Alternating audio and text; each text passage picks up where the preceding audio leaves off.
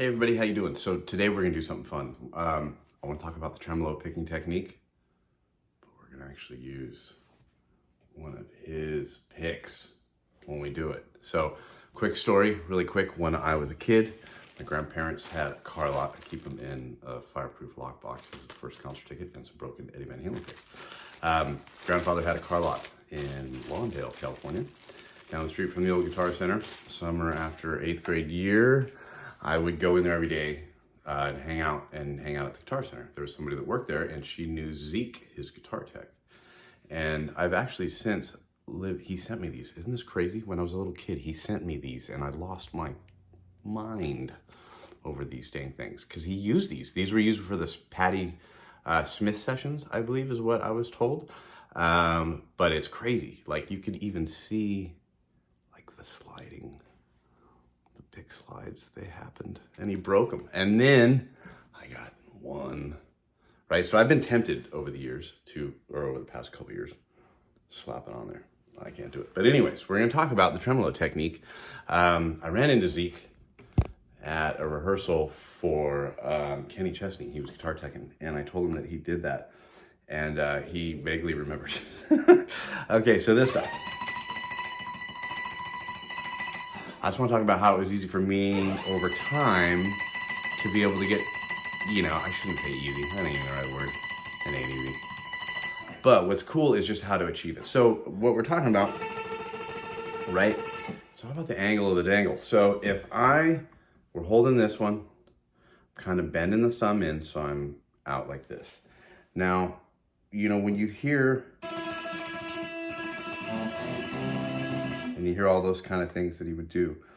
Now I'm kind of warming up as I'm doing it. I'm right on the tip of the pick. Notice the wrist angle,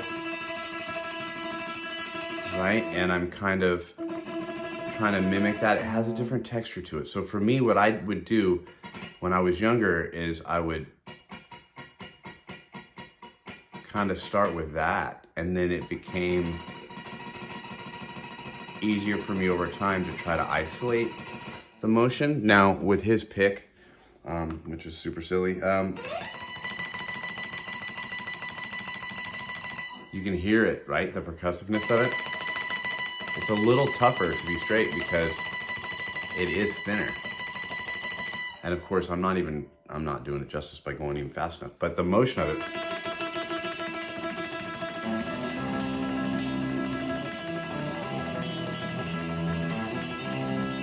right? Super cool. And again, I'll do a lot of those. Man, you could hear it sound like a plane taking off there in a second if I was to. So when doing this, I would say the trick is you're choking back a little, or you're not choking up your back a little bit on the pick. Pardon the verbiage, it's free. You're back a little bit on the pick, kind of in at an angle. And you're trying to stay on the tip of that thing the best that you possibly can as it's crossing. I'm gonna show you on a regular pick, as it's crossing, it's just like right up on the tip of that thing, the best you can possibly get it. With the white pick, and his, of course, you're holding it like so. If you do the 2-finger thing, you can see how where this is positioned, this is kind of hanging here and the wrist is out. Again, this isn't probably, maybe even recommended the way that you would do tremolo picking on your own. It's just kind of fun to have, have it in there when you're kind of messing around with it.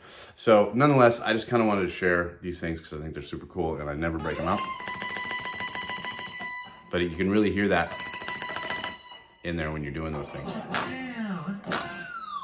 Crazy how consistent he was with that. Nonetheless, thanks guys, I appreciate it.